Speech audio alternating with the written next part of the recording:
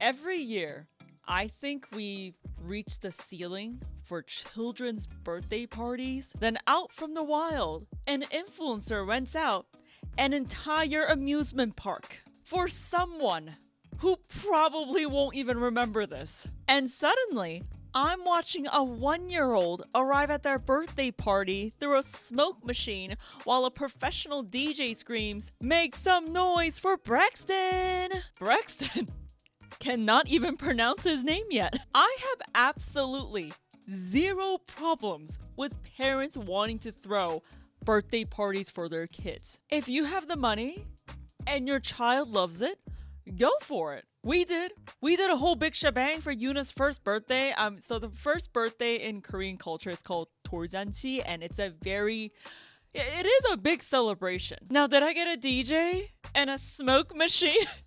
No, we did not go that far. It was just a very, very nice dinner. But influencer kids' birthday parties have gone way differently. Because somewhere along the way, the birthday parties stopped being for their child and it became a content farm. One thing that I've noticed about these kids' birthday parties, influencer kids' birthday parties, is that nothing is allowed to be normal. Baby showers become huge productions. Gender reveals need to have fireworks. And Christmas mornings have become a sponsored event. And kids' birthdays, they have become the Super Bowl. Because every year, they have to top the previous one. Oh, last year you rented a bounce house? Congratulations. This year, you're apparently hiring a luxury event planner, a balloon architect,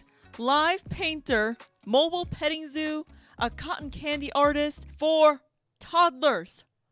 Toddlers! The guests are arguing over snacks. Now here's where it starts to feel weird. If you actually consume a lot of these kids' birthday parties on TikTok, pay very close attention to who the party seems like it's for. The decorations match mom's Instagram aesthetic. The colors match her feed. Everything is perfectly coordinated. The freaking dessert table looks like it belongs in a celebrity wedding. Meanwhile, the birthday kid is over there in the corner playing with a cardboard box because they are 2. They do not care how much the balloon arch costs. And here's the part that really made me think. If your career solely depends on you posting beautiful, curated content, then your child's birthday party isn't just a family event anymore. It is also prime business opportunity. And suddenly,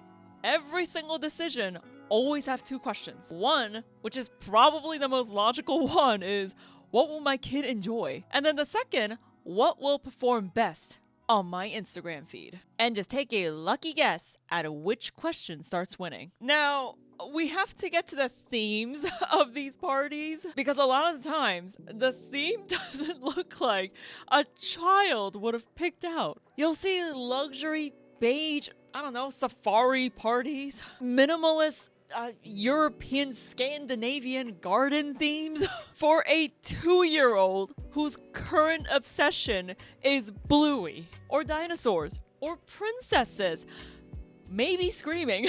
As most toddler parents know, our kids have incredibly bad taste. But that's part of being a kid. They don't want to see their birthday theme being timeless, chic, Scandinavian garden beige. They want Spider-Man punching T-Rex while they eat blue frosting. The other thing that fascinates me is how many professional adults are involved. Professional photographers, videographers, drone operators, content assistants, event coordinators, balloon companies, rental companies, florists, and probably a custom signage company. I'm half expecting the toddler to have a talent coordinator by this point.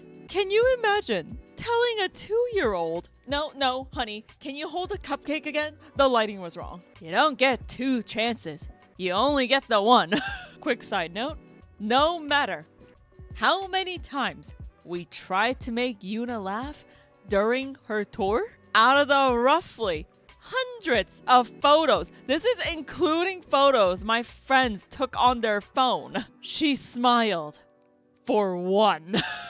And honestly, Sarah, I take that as a huge win because we did do a lot of things ourselves. For instance, photographer, we didn't hire one. We just took our DSLR camera that we use for filming and vlogging. If I got one good smiling picture of Yuna, it was all good. So let's come back to the viewer's perspective on these things. I can't even begin to talk about how much pressure these TikToks cause because it already creates this weird expectation online. Parents like Sarah or myself would see these videos and suddenly our normal birthday party seems really inadequate. And I'm gonna be honest, did I see some of these TikToks before Yuna's first birthday and think, oh my gosh, do I need to do this? Of course. Did I go through with it? No, because obviously Susu thought it was really a waste of money if we just bought all these lavish decorations and hired an event coordinator. Well, for starters, financially, we were not going to afford that. I always want to be open with you guys, so I will say we did rent out one thing, which was called a torsang. And if you are Korean like myself, or if you are familiar with some Korean culture, torsang is basically where we have all these trinkets, all these cultural, like traditional items on the table, and it's basically serves as a photo booth. And then there's another mini event, which is called the torjabi, where we lay out all these different items and our child crawls to towards these items to choose two, and this will predict what they're gonna do for their future. So that's the only thing we really had to rent out because renting them was way cheaper than us buying these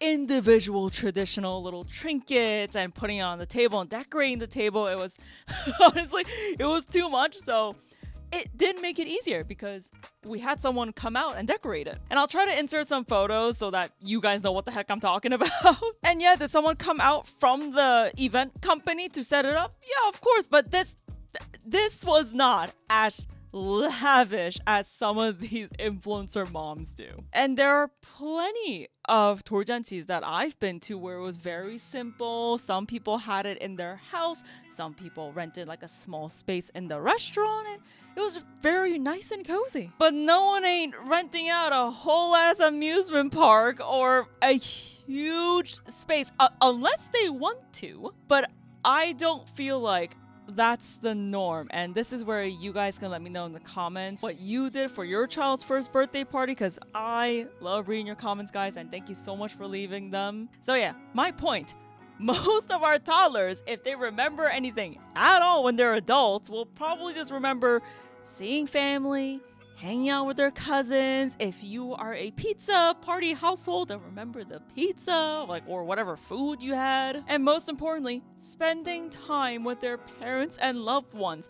Not some social media post that, their influencer mom posted saying, oh my gosh, this was such a great and lavish party. My daughter is going to remember this for years. Honestly, if they do, they'll probably only remember their mom fixate on the camera taking photos for content. Kids create memories, and influencer adults create aesthetics. Because these influencers are competing with each other or even themselves every year, it has to get bigger. You cannot go backwards. To these people, you can't just post, hey, we had cupcake at grandma's for this birthday, because grandma's house does not generate engagement and views and attention. So next year has to beat renting out a petting zoo, which means eventually someone is going to rent out the moon. A lot of these videos are usually titled, "We wanted to keep it simple." Then you watch a 40-minute vlog involving 12 vendors, custom ice sculptures, and a dessert table visible from space. Here's a video that I want to start off with, you guys. Come with my family to a carnival kids party. Already from the entrance, look at all those balloons. And I've mentioned it countless times. Balloons are very expensive. Just because you see them at the 99-cent store don't mean they're cheap. It definitely adds up. To a kid's carnival birthday party. The entrance is this epic popcorn balloon arch. My friend Macy hosted the cutest birthday party for her daughter turning 7. All the colors, the signage, this is the backdrop, and you guys, that is a cake. All of the details. Oh, wow. Oh. Why did I just freeze on that? Why does that elephant look so creepy? Hold on, let me go back to the cake. Look at this. Wait, is this even a cake or is this for decoration? I don't know. Let's just assume this is. I can't imagine how expensive that cake would be. Look at all those decorations. There's a little mini carrot, like merry-go-round on top. Insanity. All of the details were absolutely incredible. And when you walked into the party, it was so magical. There were bounce houses everywhere, balloons. To go with the carnival theme, they look at how many. Wow, that is a lot of vendors. I can't even begin to fathom how much this all is. They had these carnival games that were so perfect and so fun, especially for the kids. Livy was so excited anytime she won, and the prizes were really cute for the kids. There was so much to choose from. They also had a sand art activity table for kids where they could pour sand into like teddy bears and unicorns, and that was so much fun for them. There also was a petting zoo with goats and chickens, pigs, bunnies. Then the unicorn arrived. I've never seen my daughter smile so big. She was so excited. A princess up there, and then my son Kellen had to join too. There was also a bar where you could get kids drinks or cocktails for adults, and they were so good. They had a cotton candy cart where you could get cotton candy with sprinkles. The bubble balloon house is always one of my favorite things. I think the concept is always so unique. They had 3 different color bounce houses for the kids, and all the details blew me away, you guys, like this moving table sign. They also had a face painting station, and both my kids got a little design on their face and loved that. On to the food. They had a concession stand. You guys, this was actual fair food, like fried Oreos, fried Twinkies. My kids had corn dogs. I tried a fried Oreo. It was so good. This by far was the best party I've ever been to. Happy birthday, Thea. We loved celebrating you. Everything was so magical, making memories I know my kids will never forget. I already see you typing, okay? Am I jealous? Am I just hating? Not really. I don't know. I don't know what I'm feeling right now. I don't think it's jealousy per se. I mean, this just looks way too overwhelming for me. The planning, coordinating, I mean, I love planning, I love organizing, but it's just way too much for, I don't know how old her toddler is. Like, I don't know what birthday this is. Like I said, I can't imagine other parents watching these types of videos and think to themselves, oh my gosh, am I inadequate? Am I supposed to do this for my daughter or son? Oh my gosh, I couldn't do this. Now I feel really bad. No, you don't have to. This is basically just a content farm. I find it very, very hard to believe that the parent who did this didn't, let's just say wholeheartedly, this was for their daughter. And yeah, of course, it's a beautiful thing to do, but you can't sit there and tell me that there was I'm going to give the benefit of that. Even if there was like a very, very small percentage of you thinking, oh yeah, this will be great for content. This is a content farm. I'm going to get so much engagement, attention. You can't tell me you didn't think that, you know? This is not a kid's birthday party, but I thought I wanted to add this in because the creator who did the previous birthday party that we just saw for her daughter, did this for her friend that turns 30. And this just screams, I am out of touch. I am entitled. I'm such a rich influencer. It's when the first time I saw this, I was like, wow, just wow to how much money some people have and what they do for social media. So let's watch.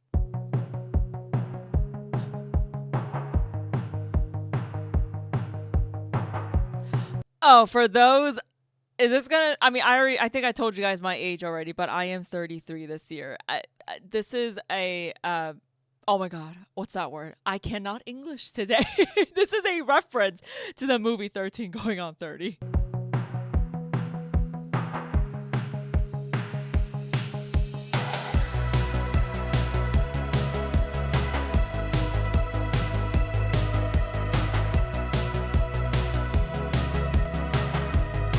Renting out a whole ass jet. Well, actually, no, I don't think this is even renting. I think someone already owns this jet. And the caption says, when your friend turns 30, you load up in her plane and head to the Bahamas. And the comments are the funniest. I love it. One person said, my friends made me a mashed potato bar for my 30th birthday. 10 out of 10 would recommend. I would love that. What the heck? That's amazing. I went to Cheesecake Factory for my 30th. Cheesecake Factory is one of my favorite places to dine. If we go to Cheesecake Factory, it's for an event. It's for something. We're celebrating something. And then a lot of the other comments are people saying, I wish I had rich friends. This is such a vibe. This is amazing.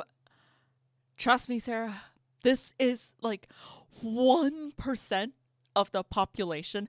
No one, not my next door neighbor, is not flying in a jet to go to the Bahamas for turning 30. It's overconsumption, just influencer things, and who knows, man. I have just taught myself to view with the lens of, a lot of these influencers are probably lying about wealth, financial, their financial situation. And yeah, there have been influencers who have been outed. Someone were like, oh yeah, we have this private jet, but it was outed that it's a public, it was like a jet where anyone could go and take photos for fun. It was like a special pop-up or something. I don't remember the exact details. This was a while back, but you cannot believe everything on TikTok. I don't think this is a huge, mega rich influencer, but I think this is still a very sizable influencer. I just randomly found this video.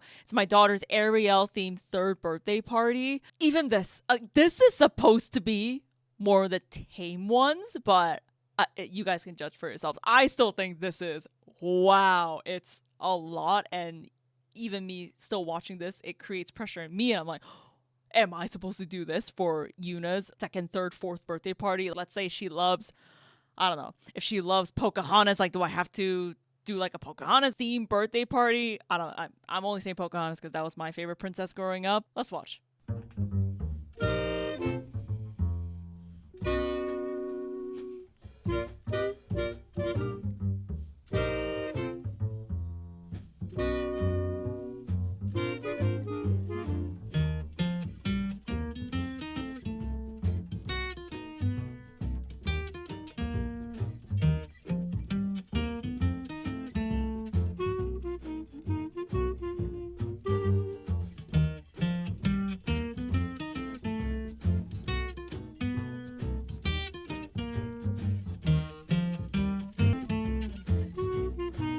Got someone to dress up as Ariel and show up at the party. I still think this is a lot, and I don't know how we would do Yuna's birthday parties moving forward. I don't know. You guys can come at me if I throw a really big one, and you guys can just be like, "Oh my God, Jen, what were you thinking?" Ground yourself back to reality. Just let me know what happens in 2-3 years. But I'm gonna say this now. I don't think I will be doing anything like this extravagant. I mean, Susu and I already talked about it. I think we'll just have family over and some of our close friends. I'll have a theme because I love decorating myself. So me and my sister will do all the balloons and all the other floral decorations. But nothing like this. I'm not going to have a crazy photo booth. But again, check back at me 2-3 years later in the future. Come back to this video and let me know later on that, Jen, you said this. Why are you doing that? So I'll leave this video as proof. Let me reiterate. There is nothing wrong with wanting to celebrate your child's birthday or spending money on all these experiences if you can afford them. The problem starts when the party exists more for the audience than your kid who is blowing out their candle. And I'm going to leave it at this. If the happiest part for your child on their birthday is finally being told that you don't have to pose for photos, then maybe the party wasn't for them in the first place.